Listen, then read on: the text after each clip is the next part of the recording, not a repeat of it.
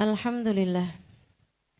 Wassalatu wassalamu ala Rasulillah Muhammad ibn Abdillah wa ala alihi wa sahbihi wa man wala. Subhanaka la ilma lana illa ma 'allamtana innaka antal alimul hakim. Rabbi shrah li sadri wa yassir li amri wahlul 'uqdatan min lisani yafqahu qawli, amma ba'du. Alhamdulillah, salah satu dari jalan yang tercepat menuju Allah Subhanahu wa ta'ala adalah melalui jalur ilmu.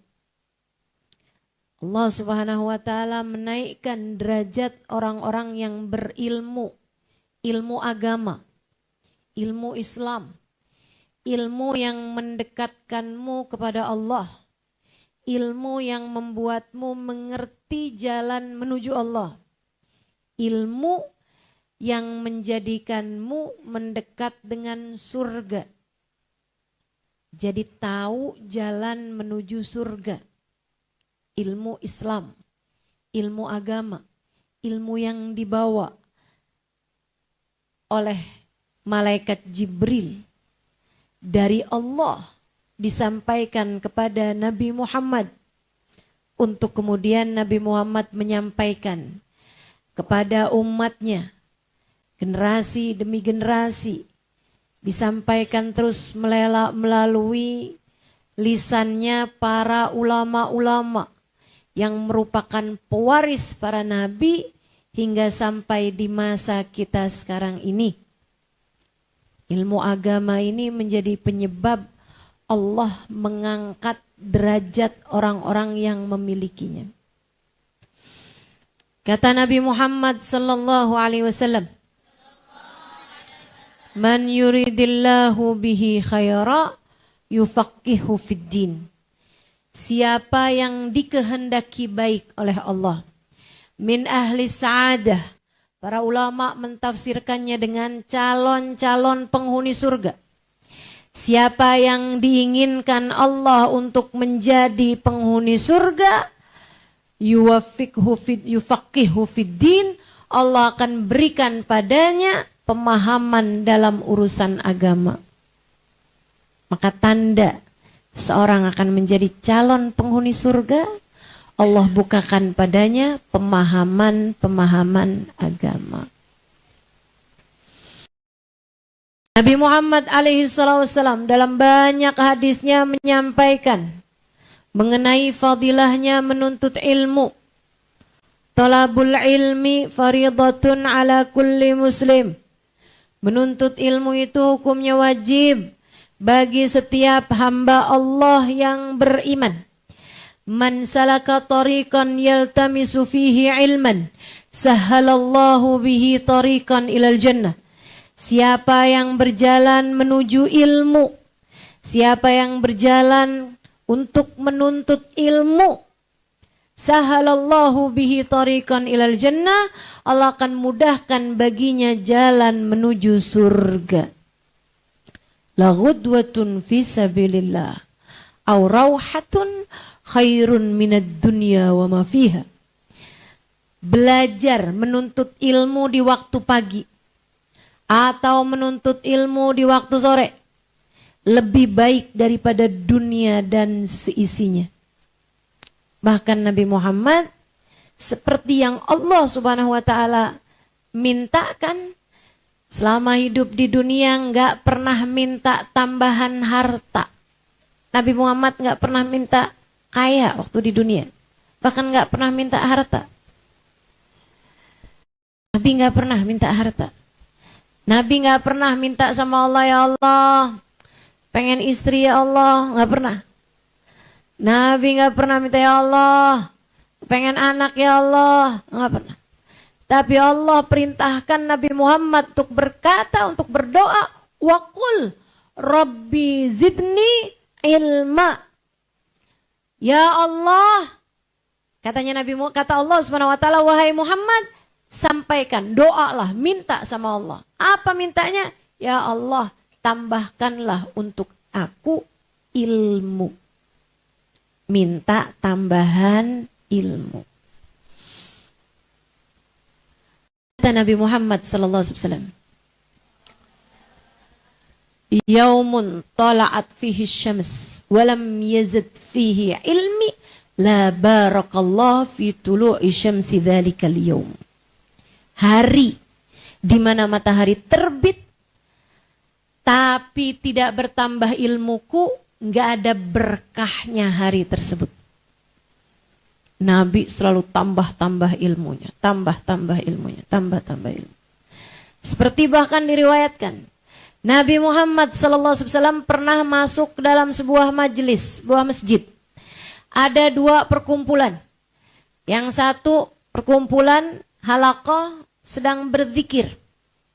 Yang satu perkumpulan sedang membahas ilmu, membahas tafsir ayat, membahas tentang ilmu.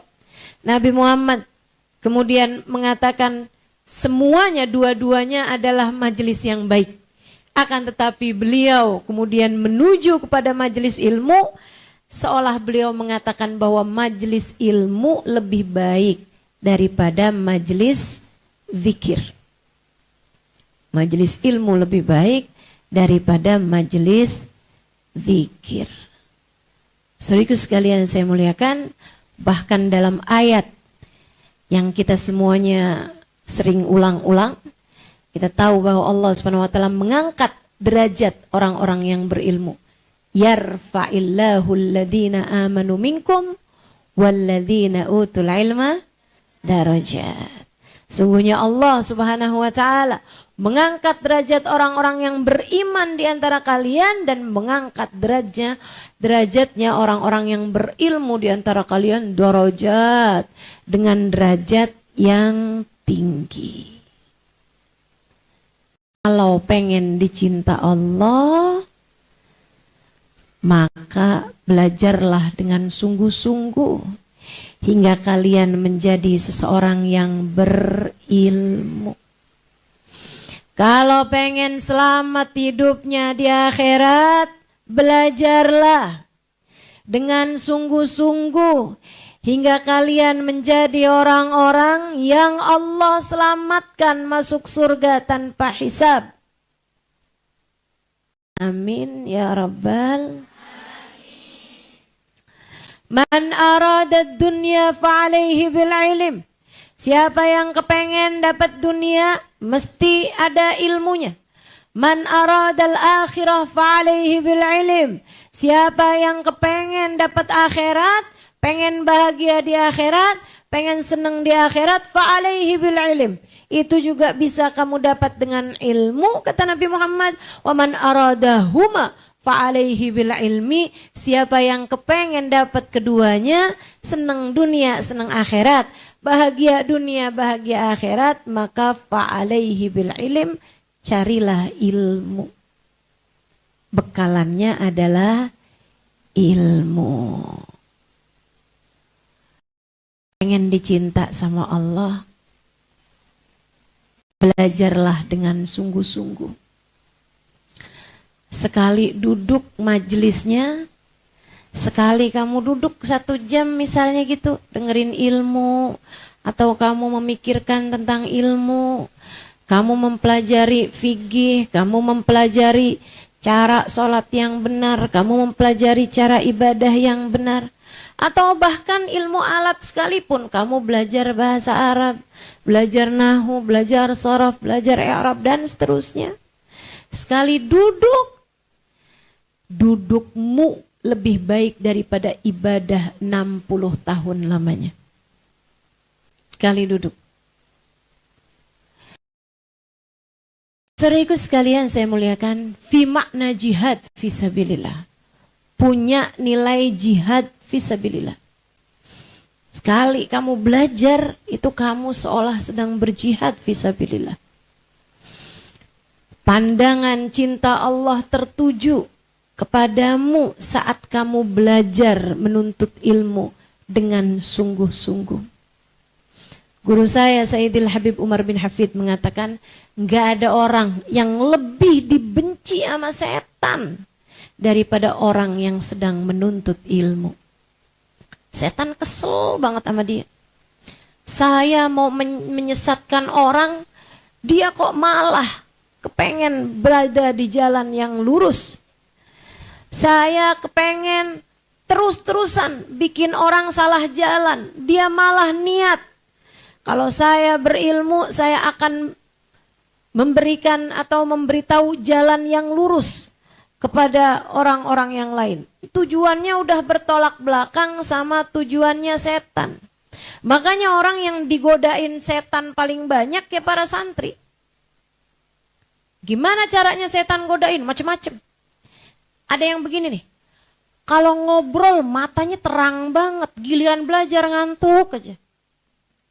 Ada enggak? Mana orangnya? Saya katanya. Masya Allah dek. Kalau gilirannya tidur malah nggak gampang tidur. Giliran dengerin ustadznya, dengerin ustadzanya, matanya kayak lagi ditiup-tiup. Dan memang lagi ditiup-tiup itu, tapi yang niup setan. Ngantuk.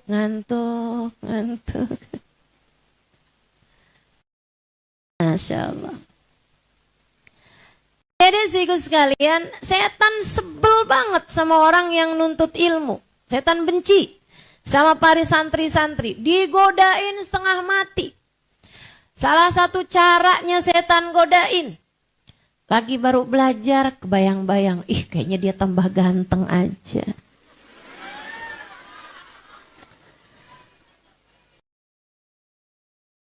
Kemarin tuh pas pulang ketemu. Kapan ya mau ketemu lagi? Lagi mau ngafal hadis bubar. Kenapa gitu? Setan itu tadi tuh. Diingat-ingatkan tentang hal-hal yang seharusnya tidak menjadi perhatianmu. Bukannya malah nulis pelajaran disampaikan gurunya, dia malah ngegambar.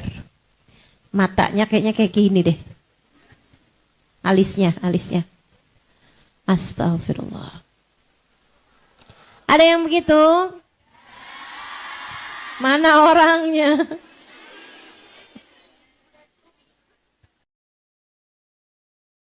Masya Allah. Banyak cara setan godain. Salah satunya adalah dengan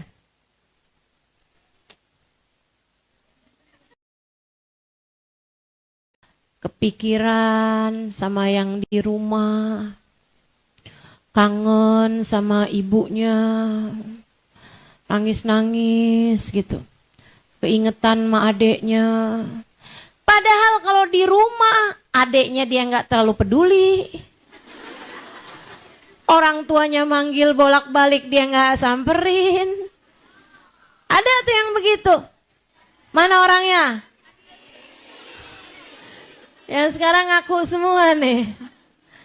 Giliran jauh aja sok-sokan kangen. Itu salah satu dari tipu dayanya setan kepadamu, Dek.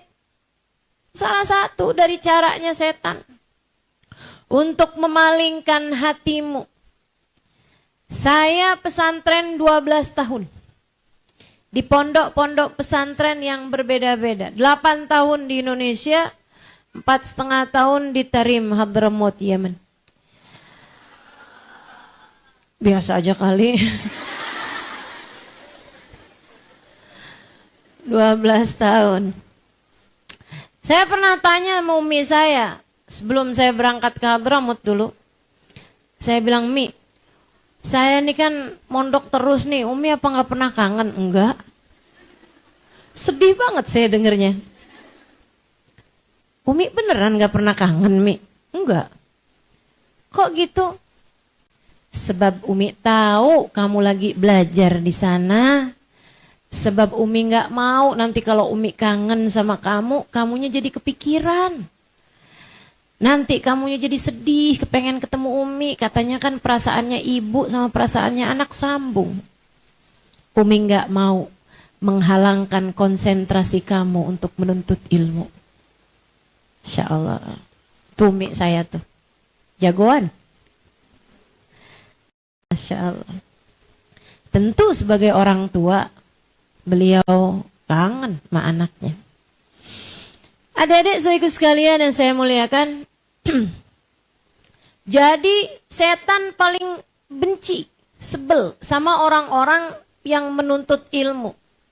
Makanya dia berusaha untuk memalingkanmu dari ilmu tersebut, biar kamu tidak jadi hamba yang tercinta di sisi Allah, biar kamu tidak menjadi orang-orang yang memiliki ilmu yang benar. Karena orang tuh kalau berilmu susah digodain sama setannya, susah. Saudaraku sekalian yang saya muliakan, ada Sayyidina Syekh Abdul Qadir Al-Jailani. Ini diceritakan juga di dalam manaqib beliau. Manaqib Syekh Abdul Qadir Al-Jailani. Suatu waktu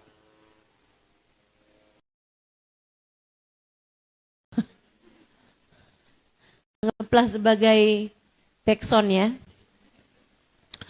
Suatu waktu teman-teman, Syekh Abdul Qadir Jailani lagi ibadah malam. Sendirian di mihrabnya lagi khusyuk. Habis selesai ibadah doa lagi khusyuk.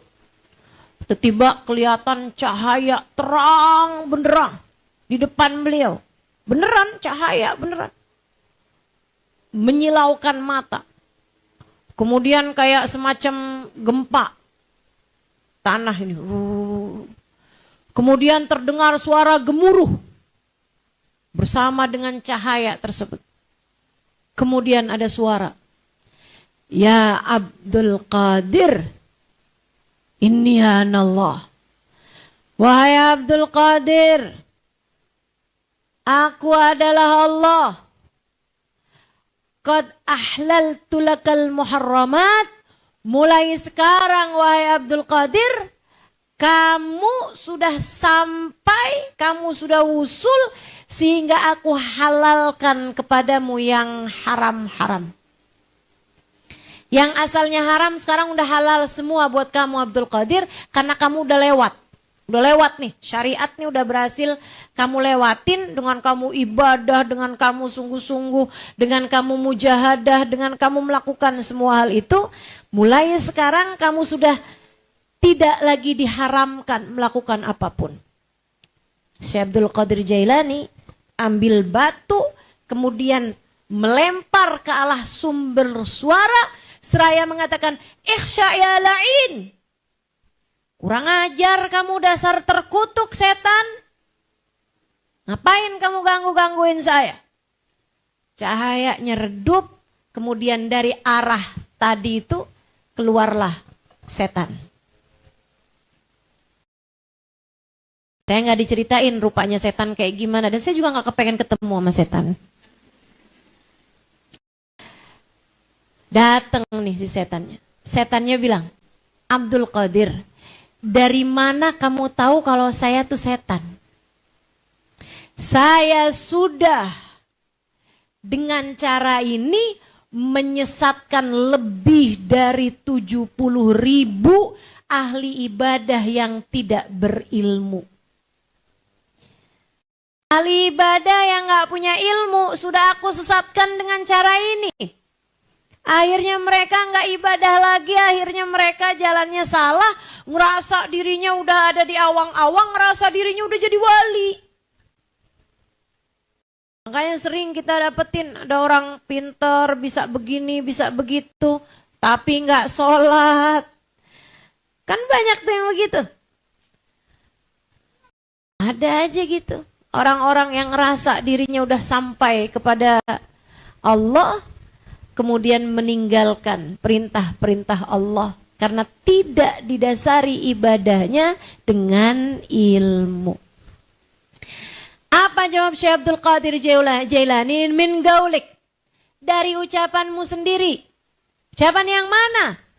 Ucapanmu qad ahlaltu lakal muharramat, telah aku halalkan untukmu yang haram-haram.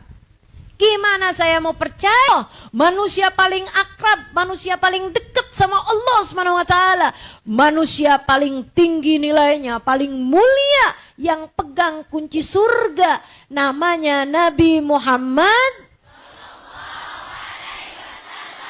Allah tidak pernah menghalalkan padanya apa yang haram.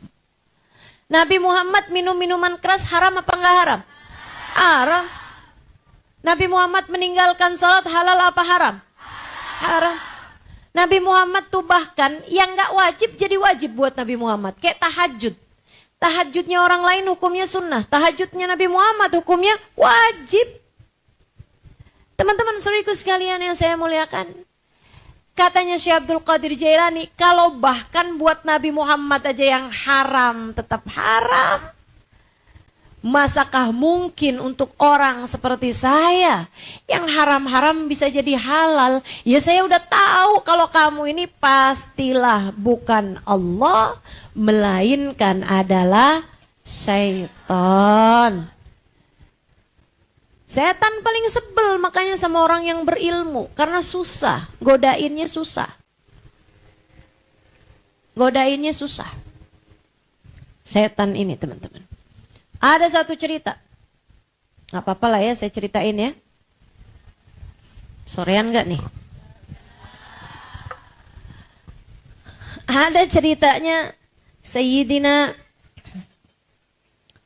Fudail ibn Iyad alaihi ridwanullah. Seorang ulama terkemuka. Sayyidina Al-Junaid, mohon maaf. Sayyidina Al-Junaid. Al-Junaid ini teman-teman, seorang ulama luar biasa, punya ilmu, punya pondok pesantren, punya santri banyak. Orang-orang pada belajar sama beliau. Itu Syekhul Junaid, Syekh Al-Junaid ini, setan-setan gak ada yang bisa deketin dia. Setan itu biasanya ngebisikin hati manusia. Tapi sama Syekh Al-Junaid, karena hatinya terbentengi dengan zikir, terbentengi dengan Quran, terbentengi dengan ilmu, terbentengi dengan cinta kepada Allah dan Rasulnya, sehingga hatinya nggak bisa dideketin sama setan. Setannya udah kalah kemana-mana, bahkan udah nyaris menyerah. Setannya. Ada hamba-hamba yang ilmunya luar biasa, hatinya luar biasa pegang Islam, itu memang sudah sampai di tingkatan di mana setan pun takut kepadanya. Sayyidina Umar bin Khattab salah satunya. Itu Nabi Muhammad mengatakan tentang Sayyidina Umar, "Idza salaka Umar fajjan, salaka syaitan fajjan akhir."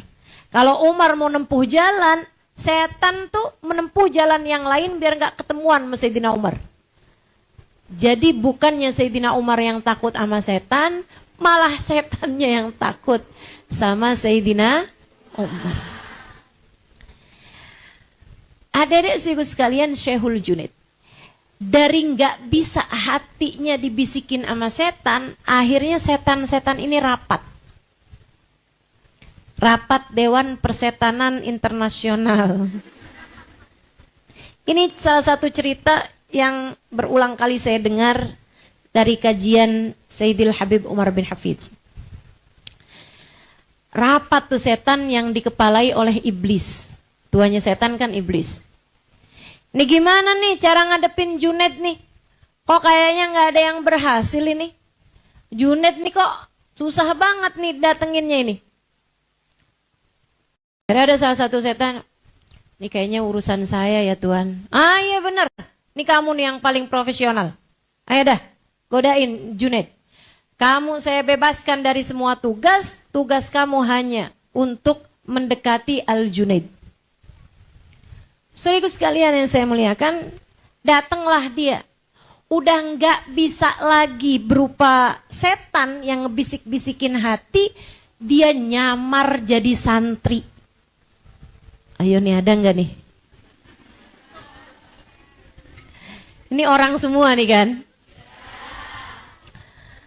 Sebelum saya lanjutkan, saya boleh minta yang bercadar buat buka?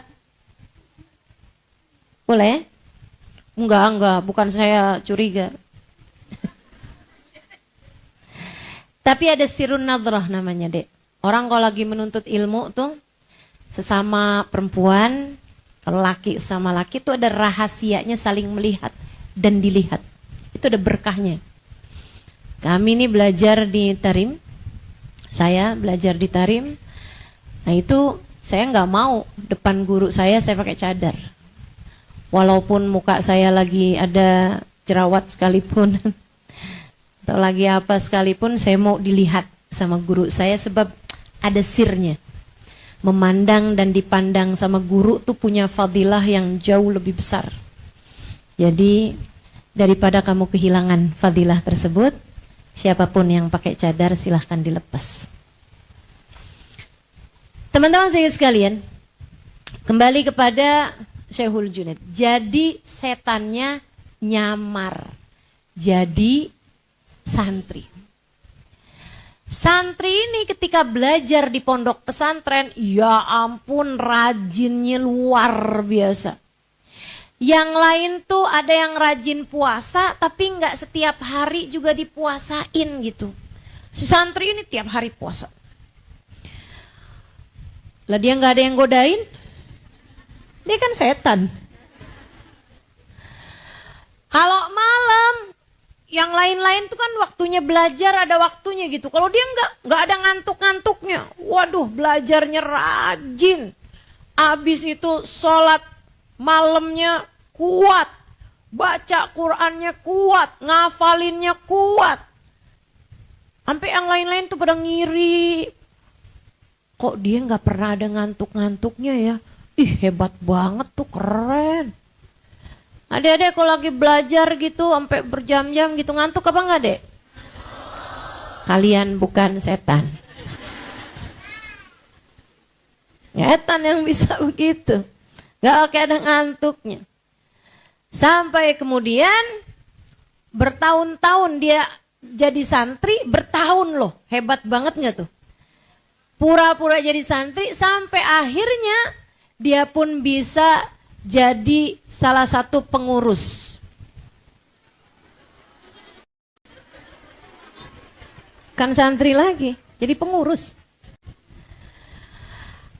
Abis itu, sesudah bertahun ini, dia jadi pengurus berapa tahun gitu. Belum bisa deketin Al-Junaid. Belum bisa deketin Syekhnya. Satu waktu, salah satu dari ahli khidmah yang biasa berkhidmah kepada Syekhul Junaid, asistennya Syekh Junaid deh gitu, yang ngurusin segala macamnya tuh, khadimnya Syekh Junaid, yang bawain barangnya gitu ya, sendalnya atau apanya kalau beliau bepergian, yang nemenin beliau, yang nyuguhin makannya, minumnya apa, semua gitu. Orang sangat deketnya Syekhul Junaid itu pulang kampung nikah, jadi nggak lagi pesantren di situ. Akhirnya para guru-guru itu pada rapat gitu, siapa nih yang bisa gantiin dia, nyari yang sabar, nyari yang benar, nyari yang lurus gitu. Oh nggak lain nggak bukan dia nih, santri ini nih pinter banget nih, kagak ada capek-capeknya. Pengurus ini nih si setan. Jadilah dia jadi asistennya atau jadi orang yang khidmah kepada Al-Junaid. Belum bisa bisikin apa-apa, belum bisa merayu apa-apa, bertahun-tahun. Makanya adik-adik saudara sekalian, nih ya, kalau ada hal yang bisa kamu contoh dari setan, contohlah keistiqomahan. Atau tepatnya profesionalisme. Profesional banget tuh setan itu. Orangnya itu, bukan orang ya, setan itu makhluknya itu tuh konsisten gitu. Sama apa yang dia jadi tujuannya dia tuh, waduh bener banget tuh, konsisten. Kita mesti, kalau ada yang kita mau ambil dari setan nih, jadilah seperti setan kegigihannya. Jadilah seperti setan, konsistennya. Adik-adik saudara sekalian, dia pun khidmah sama Syekhul Junaid. Belum bisa ngasih bisikan apa-apa, belum bisa menyesatkan apa-apa, bertahun-tahun loh ini. sampai 10 tahun. Dari mulai jadi santri ini udah sampai 10 tahun. Satu waktu Syekh Al-Junaid tuh kedatangan tamu. Malam-malam jam-jam 3, jam 4 lah kalau di sini ya. Syekh Al-Junaid sama temennya ini dari rumah mau ke masjid. Jalannya tuh gelap. Jadilah santri ini tadi nih pegang lampu buat nerangin jalannya Al-Junaid. Jadi dia jalan di depan gitu kan. Nah, bawain lampunya nih. Saya mau pergi ke masjid sama tamu kita ini. Lebek. Syekh lebek. Dibawa tuh diambil. Lampunya kayak semacam petromak gitu ya. Ada yang tahu? Pelita gitu. Nah itu. Jalan di depan, bawa lampu tersebut. Lagi di tengah jalan. Kawannya ini.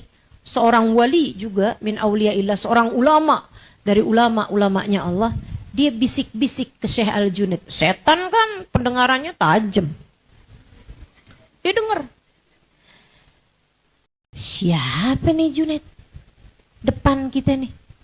Bukan orang. Katanya gitu. Syekh Junaidnya juga bilang. Emang bukan.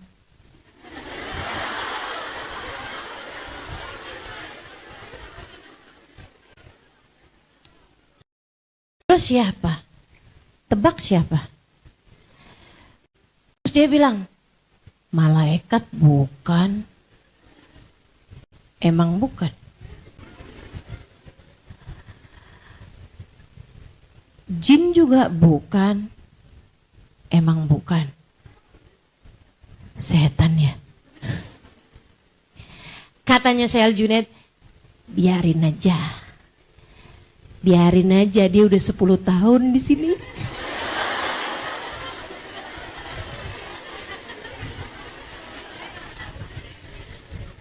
Syekhul Junaid tahu teman-teman. Kesel kan nih si setan depannya nih. Akhirnya dia langsung lemparin lampu itu ke arah semak-semak ya, bukan ke arahnya Syekh Junaid. Kemudian dia bilang, dasar emang kurang ajar kamu nih Junaid. Saya udah ngabisin waktu 10 tahun mau godain kamu gak bisa-bisa. Saya gak pernah lihat orang lebih kuat imannya daripada kamu Junaid. Katanya gitu. Katanya Syekh Junaid, emang iya kagak juga. Apaan saya ini? Saya bukan apa-apa. Saya hanyalah hambanya yang jika dia ingin mencabut iman di hati saya, dia dapat melakukannya dengan sangat mudah. Semoga Allah tetapkan iman Islam saya, kata Junaid. Jadi rupanya si setan ini paling akhir dia berusaha buat masukin sedikit ujub di hatinya Al-Junaid dengan mengatakan bahwa kamu gak pernah saya lihat ada orang lebih kuat imannya daripada kamu Junaid. Itu kan ucapan mengandung ujub kalau dia percaya. Tapi segitunya Syekh Al-Junaid berhasil untuk melawannya dengan mengatakan, enggak, saya enggak ada apa-apanya. Iman saya enggak ada apa-apanya. Ini hanyalah karunia dari Allah SWT kepada saya. Kalau Allah mau cabut iman saya enggak akan pernah bisa untuk mempertahankannya. Hamba Allah nggak gampang percaya sama setan. Kalau kita kan baru dibilang yang nggak capek nih, nggak usah tahajud. Iya emang bener. Ngantuk banget, ya nggak usah tahajud deh malam ini. Udah nggak usah tahajud. Kayak gampang banget gitu. Baru dibilangin, ih kamu nih solehah banget ya. Emang iya.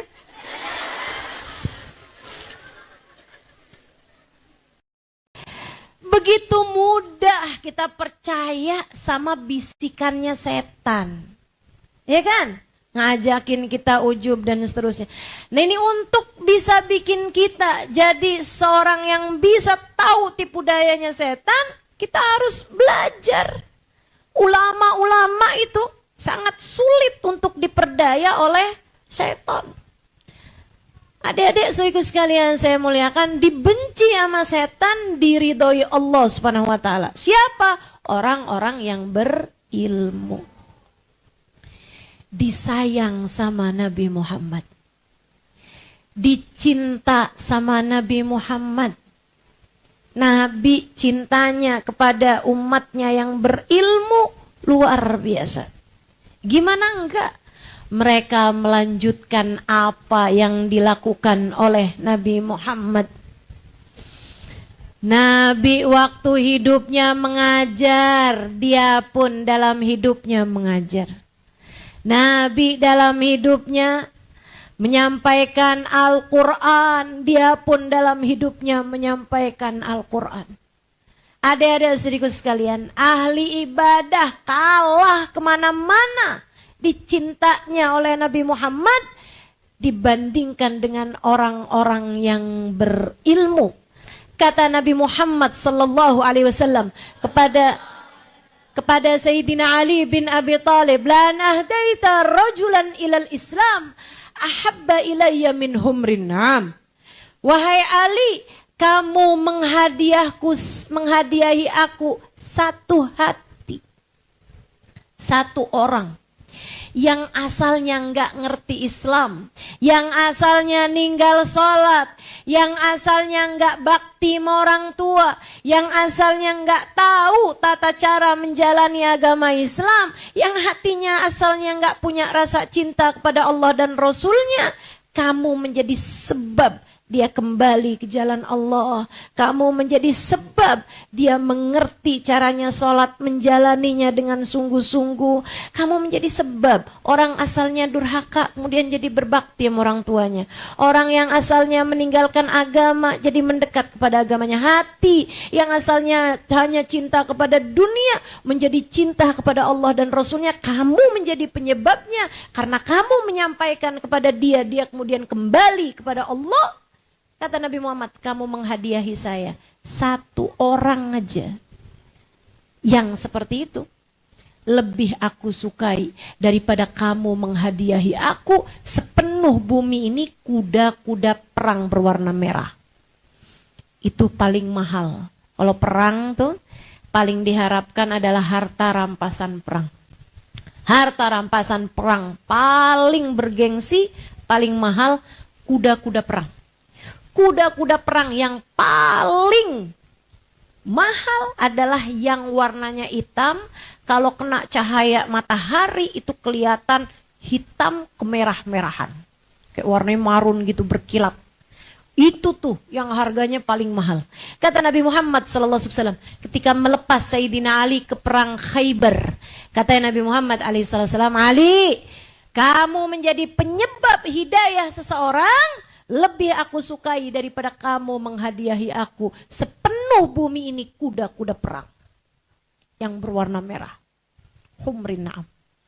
Masya Allah. Sejak itu Sayyidina Ali kemudian jadi menyibukkan dirinya dengan ilmu sampai menjadi seseorang yang paling berilmu, yang katanya Nabi Muhammad sallallahu alaihi wasallam, ana madinatul ilmi wa aliyun babuha. Aku adalah kota ilmu, sementara Ali bin Abi Thalib adalah pintunya. Saudaraku sekalian, dari kalangan perempuan di zamannya Nabi Muhammad, Nabi paling sayang, paling cinta sesudah wafatnya Sayyidah Khadijah tentu saja di masa Madinah, Nabi paling cinta sama seorang perempuan bernama Aisyah binti Abi Bakar, Sayyidah Aisyah radhiyallahu taala anhu ardhaha. Kenapa Nabi paling sayang sama Sayyidah Aisyah? Karena paling menyenangkan, Ustazah? Bukan. Bukan. Nabi bisa aja mudah mendapatkan perempuan yang menyenangkan buat beliau. Enggak, bukan itu. Istri-istri Nabi yang lain juga menyenangkan Nabi. Kenapa Sayyidah Aisyah jadi yang paling dicintai sama Nabi Muhammad? Adalah karena Sayyidah Aisyah perempuan yang berilmu. Sayyidah Aisyah itu enggak berhenti-henti belajar. Pinter. Saudara sekalian, Kamu jangan lihat Sayyidah Aisyah kayak sebagai istri Nabi Muhammad yang pencemburu. Kamu keliru. Sayyidah Aisyah itu meriwayatkan lebih daripada 2000 hadis. Menjadi perempuan, sahabat perempuan yang paling banyak meriwayatkan hadisnya Nabi besar Muhammad sallallahu alaihi wasallam. Menjadi yang keempat terbanyak meriwayatkan hadis sesudah Sayyidina Abdurrahman bin Sakhr atau Abu Hurairah, kemudian Ibnu Umar, kemudian Sayyidina Anas bin Malik, yang keempatnya adalah Sayyidah Aisyah binti Abu Bakar. Pinter banget. Bahkan para sahabat meriwayatkan, qad ra'ayna wa ma ra'ayna ahadan afqah bihalal wa haram min Sayyidah Aisyah. Kami udah lihat nih di antara kami.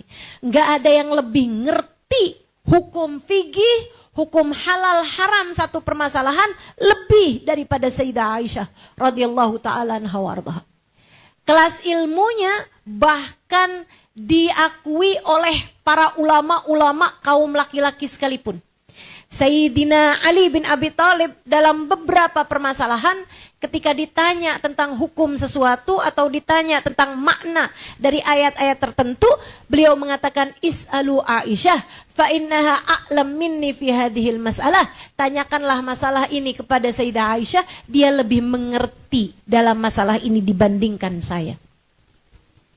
Subhanallah, pinter banget Sayyidah Aisyah menceritakan tentang dirinya.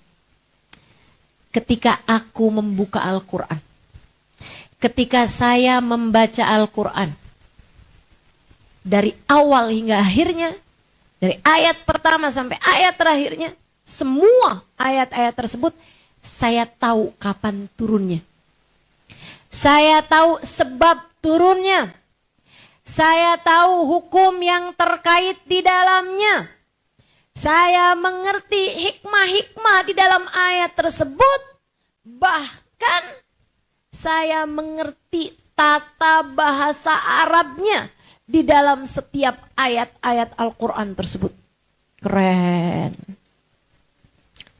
Ini Sayyidah Aisyah. Perempuan brilian. Perempuan cerdas sekaligus pandai. Karenanya Nabi Muhammad sayang padanya. Nabi cinta padanya. Kamu kepengen dicinta sama Nabi Muhammad? Belajarlah agama ini dengan sungguh-sungguh dek. Pelajari ilmu Islam dengan sungguh-sungguh. Belajar. Saya dulu belajar panjang. Ya walaupun sampai sekarang segini-gini aja. Tapi teman-teman, ketika saya pulang dan kemudian mengajar di Indonesia, sebelumnya saya mengajar juga di Tarim Hadramaut, Yaman. Ketika saya pulang ke sini gitu, tiap kali saya ada di satu daerah gitu, saya tanya, di sini tukang jahit ada? Ada ustazah, banyak. Dokter ada? Banyak ustazah. Bidan melahirkan banyak ustazah. Arsitek, tukang bikin gambar-gambar bangunan banyak ustazah. Penyanyi yang suaranya bagus ada? Ada ustazah. Ustazah, ada apa enggak? Siapa ya ustazah di sini ya?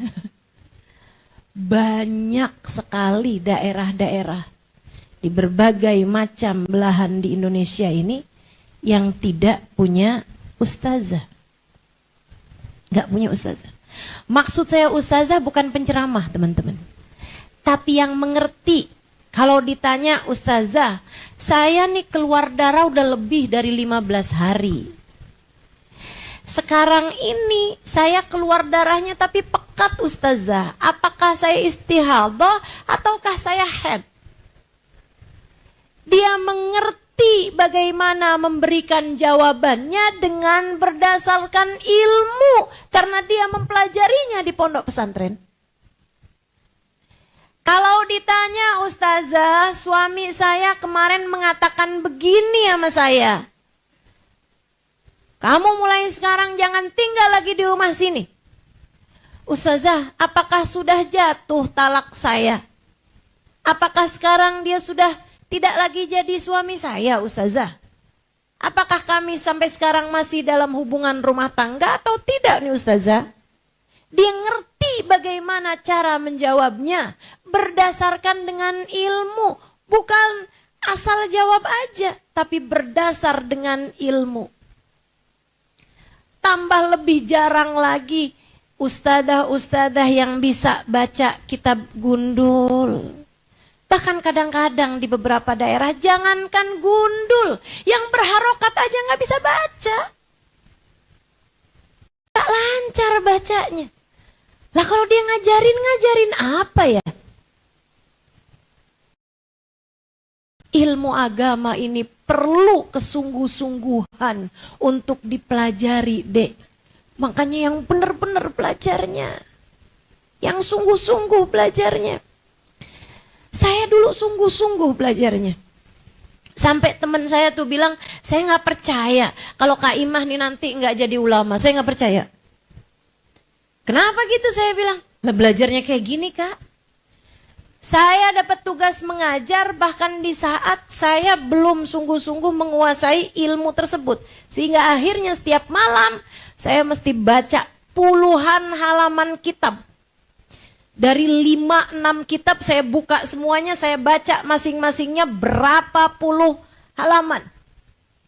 Kemudian saya harus dengarkan keterangan-keterangan dari para guru-guru pakai kaset gitu kan.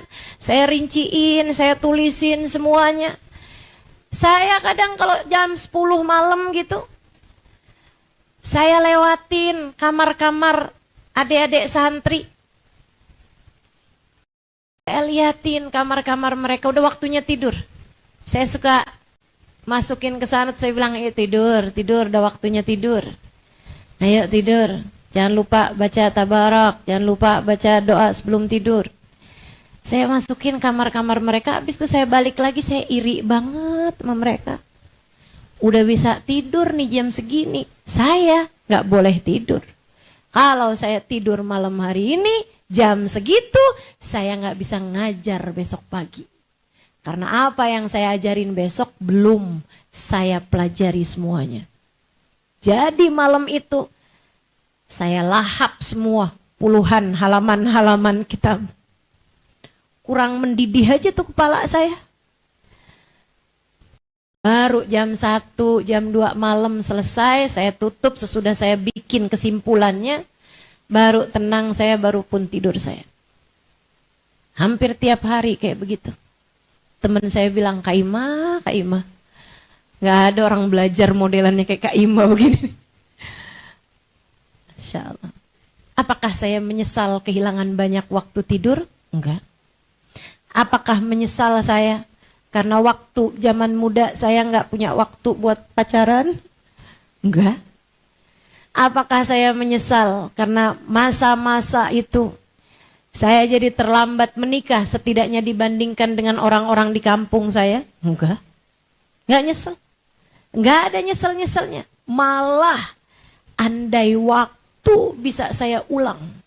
Saya ingin kembali untuk melanjutkan masa-masa di mana saya menyibukkan diri membaca kitab-kitab tersebut. Ingin rasanya kembali bisa bergumul dengan ilmu-ilmu pengetahuan. Ingin rasanya bisa menghafalkan lebih banyak ayat Al-Quran karena saya bukan penghafal Al-Quran. Saya nggak hafal Quran. Andai waktu bisa saya ulang, saya kepengen ngafalin Quran. Saya lebih banyak menghafalkan hadis-hadis Nabi Muhammad sallallahu alaihi wasallam. Adik-adik saudaraku sekalian kurang. Karena memang ilmu agama itu banyak, luas, dalam. Seolah berkata kepada kita, atini kullak ba'atik ba'di. Berikanlah seluruh dari waktumu, aku akan berikan kepadamu sebagianku. Seolah ilmu tuh berkata begitu. Kamu kasihin semua waktu kamu buat saya akan ajarin kamu sedikit ilmu. Segitunya Yang udah belajar bener-bener aja dapatnya sedikit. Gimana yang belajarnya males-malesan? Gimana yang dikit-dikit kebayang-bayang mukanya mantan? Gimana yang dikit-dikit kebayang-bayang mukanya cowok yang di luar sana itu? Sulit adik-adik saudaraku sekalian. Saya memintamu untuk bersungguh-sungguh belajar ilmu agama. Gak akan nyesel. Gak akan nyesel. Ilmu agama ini ketika kita pelajari. Saya ketika mempelajari ilmu agama dalam banyak tahun. Dan sampai sekarang pun tidak berhenti juga untuk mempelajarinya. Saya jadi lebih banyak ngerti tentang Rahman Rahimnya Allah. Saya jadi banyak ngerti tentang keindahan Nabi Muhammad. Dan itu tidak bisa dibandingkan dengan hal indah apapun yang ada di atas muka bumi ini untuk dipelajari. Kamu belajar ilmu agama, tambah lama, tambah lama, tambah lama. Kamu jadi tambah lebih ngerti tentang Allah. Kamu jadi tambah lebih faham tentang kasih sayangnya Allah. Kamu jadi tambah lebih ngerti siapa itu Nabi besar Muhammad. Kamu jadi tambah lebih faham betapa Allah ternyata lebih dekat daripada urat nadimu sendiri.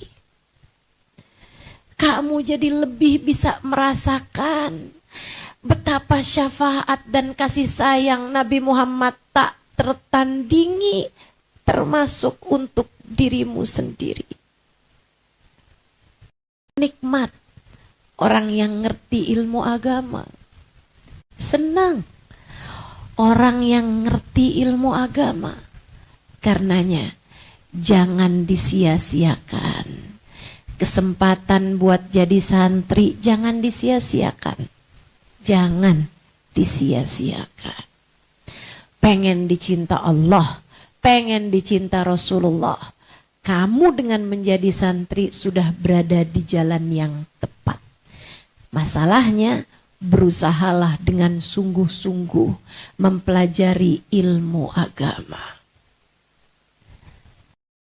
Adik-adik saudaraku sekalian, selebihnya kalau kamu udah ngerti, ini dia nih yang harus saya tempuh buat jadi orang dicinta sama Allah, dicinta sama Rasulullah, jalan hidupnya bagus, bener ampentar.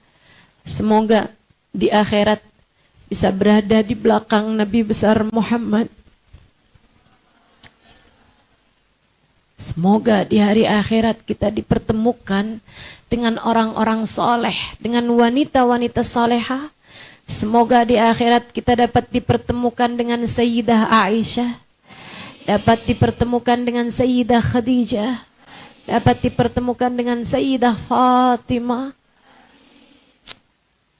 Kalau kamu kepengen kayak begitu dek, selain daripada kamu yang sungguh-sungguh menuntut ilmu dan meninggalkan perbuatan-perbuatan yang haram, tinggalin yang haram.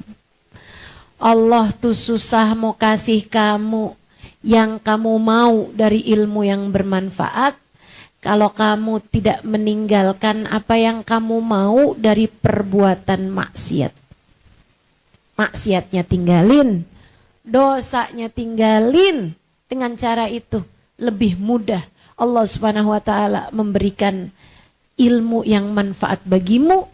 Katanya Syekh Waqi, gurunya Imam Syafi'i, seperti yang diriwayatkan dalam riwayatnya Imam Syafi'i, syakautu ila waqi'in su'a hifdi fa arsyadani ila tarkil ma'asi fa akhbarani bi annal ilma nurun wa nurullahi la yuhda lil 'asi. Aku mengadu kepada Syekh Waqi tentang buruknya hafalanku. Syekh Waqi memberikan petuah padaku untuk meninggalkan maksiat. Beliau mengatakan bahwa ilmu adalah cahaya dan cahaya Allah tak akan diberikan kepada para pendosa. Cahaya Allah tak akan diberikan kepada para pendosa. Cahaya Allah tak akan diberikan kepada para pendosa. Bisa dikasih ilmu pengetahuan aja, tapi bukan ilmu pengetahuan yang bisa jadi cahaya. Padahal nggak ada artinya ilmu pengetahuan tanpa menjadi cahaya dalam kehidupan. Karenanya kalau kepengen dapat ilmu yang manfaat, pengen jadi ulama, satu tadi pesan saya, pelajari dengan sungguh-sungguh. Kedua, tinggalkan dosa. Tinggalkan maksiat, tinggalkan dosa. Yang ketiga, kalau kamu kepengen dapat ilmunya nih, dengan ilmu yang manfaat, Allah karuniakan kepadamu ilmu yang jadi cahaya. Adik-adik saudaraku sekalian, hormati guru, hormati ulama, yang cinta sama guru, yang cinta sama ulama, berkhidmahlah kepada gurumu. Enggak usah ragu-ragu, enggak usah bimbang-bimbang, enggak usah. Kamu enggak boleh ragu sama kemuliaan gurumu. Kamu boleh ragu kepada dirimu, tapi tidak boleh ragu terhadap kemuliaan gurumu. Dihormatin gurunya, disayangin gurunya. Katanya Sayyidina Ali bin Abi Thalib, ana abd man allamani walau harfan wahidan insya'a ba'ani wa insya'a a'taqani. Saya adalah budak dari seseorang yang mengajarkan kepada saya walaupun hanya satu huruf. Nah kalau satu huruf diajarin aja, kata Sayyidina Ali, saya budak dia. Gimana dengan yang mengajarkanmu jalan menuju surga? Gimana dengan yang mengajarkanmu hingga kamu tahu jalan cinta kepada Nabi Muhammad, hingga kamu kenal sama Allah Subhanahu wa taala? Bukankah kamu layak untuk menjadi budaknya? Insya'a ba'ani. Kalau dia mau, dia besok jual saya jadi budaknya. Saya disuruh apa aja mau, kata Sayyidina Ali, kepada orang yang sudah mengajar kepada saya. Wa insya'a a'taqani. Kalau dia mau, dia boleh bebaskan saya, terserah dia. Sebab saya sudah menjadi budaknya. Gitu cara Nabi Muhammad mengajarkan kepada para sahabat bagaimana memperlakukan guru. Nabi itu menyuruh kita buat hormat sama guru, nyuruh kita buat hormat sama orang tua, semua hal udah diajarkan oleh baginda kita Nabi besar Muhammad sallallahu alaihi wasallam. Kamu kalau kepengen dapat ilmu yang menjadi cahaya, inget-ingetin tuh pesan saya. Pelajari dengan sungguh-sungguh, habiskan waktumu untuk menuntut ilmu, buat belajar. Jangan kebanyakan males, jangan kebanyakan waktu terbuang. Kemudian yang keduanya tadi, tinggalkan dosa-dosa. Yang ketiganya, sayangi dan hormati gurumu. Khidmah kepada gurumu apapun aja. Jangan sampai membuat gurumu sakit hatinya. Karena mereka setara orang tua. Sakit hati mereka kepadamu dapat menjadi penyebab Allah murka padamu. Hati-hati deh, hati-hati. Hati-hati. Sama guru yang benar. Yang terakhir, sayangi teman-temanmu. Jadi orang yang baik sama semua orang. Kalau kamu punya hati yang baik sama siapapun, ilmunya gampang nempel. Ilmunya gampang manfaat. Ya, ini sekedar cerita aja. Gak akan sebut nama dan adik-adik juga gak akan tahu. Gak ada yang kenal, gak ada yang kenal. Semua di dunia ini gak ada yang tahu siapa yang saya maksud. Dulu waktu saya mondok di Dalwa, Darul Quwat Dakwah, saya mondok di sana 5 tahun. Ada satu orang galak banget. kakak kelas. Galak banget. Pokoknya kalau ada anak melanggar tuh nggak pakai belas kasih gitu. Dia emang rajin orangnya, rajin dan pinter juga. Tapi nggak punya kasih sayang gitu. Kayak seneng banget kalau ada orang lain bikin salah. Kayak kelihatannya tuh dia yang harus paling hebat, paling menonjol, paling begini, paling begitu gitu. Di antara sesama teman-temannya. Pinter. Satu waktu saya ada dakwah ke daerah yang dia itu berasal dari sana. Saya kemudian ketemu sama ada beberapa orang yang kenal gitu sama dia. Bukan satu pesantren, bukan. Saya tanyain gimana kabarnya. Ternyata keadaannya sekarang sudah lepas jilbab, udah jauh dari agama, keadaannya udah sangat menyedihkan gitu. Dia habis cerai sama suaminya, kemudian pakai bajunya terbuka gitu. Saya lihatnya saya dengar itu jadi kebayang-bayang saat dia dulu lagi ada di pondok pesantren. Ternyata pinter aja gak cukup. Ternyata rajin ibadah gak cukup. Dek, kamu harus punya kebaikan hati. Pengen ilmu yang manfaat, harus punya kebaikan hati. Yang baik sama temen. Kalau ada yang lagi susah, bantuin. Kalau ada yang lagi gak punya uang dan kamu punya lebih, kasih. Yang dermawan gitu. Kalau kamu baru dapat kiriman, ada makanan-makanan, jangan kemudian kamu kekepin. Kamu dekap makananmu seraya mengatakan I love you. Gak mau kamu bagi sama siapa-siapa. Jangan. Yang sedikit jadi berkah kalau kamu bagi-bagi sama orang lain. Gak apa-apa, gak usah takut. Gak usah takut, nanti kalau saya bagi sama dia saya jadi gak punya uang. Enggak, gak gitu, konsepnya gak gitu. Yang baik sama teman-temanmu, yang baik sama orang-orang di sekeliling kamu, teman kelas, teman kamar, semua. Jadilah orang yang menebar kebaikan. Jadi orang yang menebar kebaikan. Dengan cara itu, kamu akan dapat ilmu yang manfaat. 4 hal itu, insya Allah.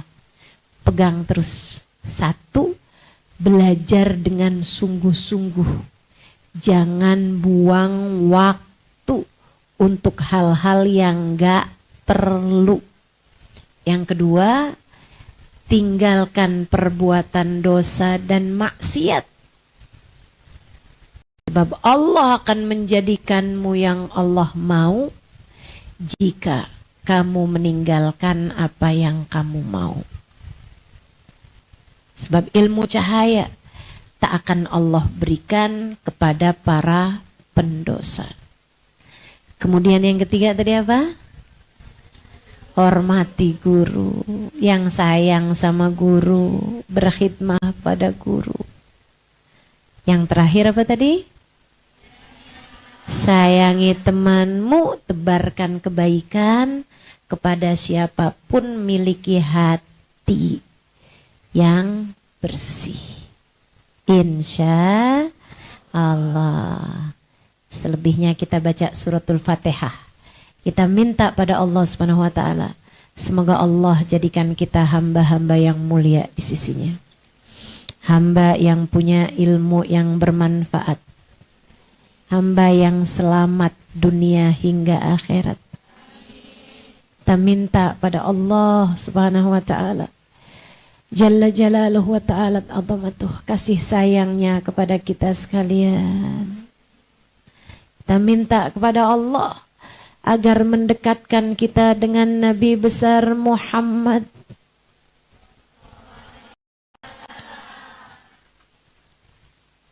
Saya sungguh-sungguh minta kepada Allah, semoga Allah mendekatkan kalian semua dengan Nabi besar Muhammad.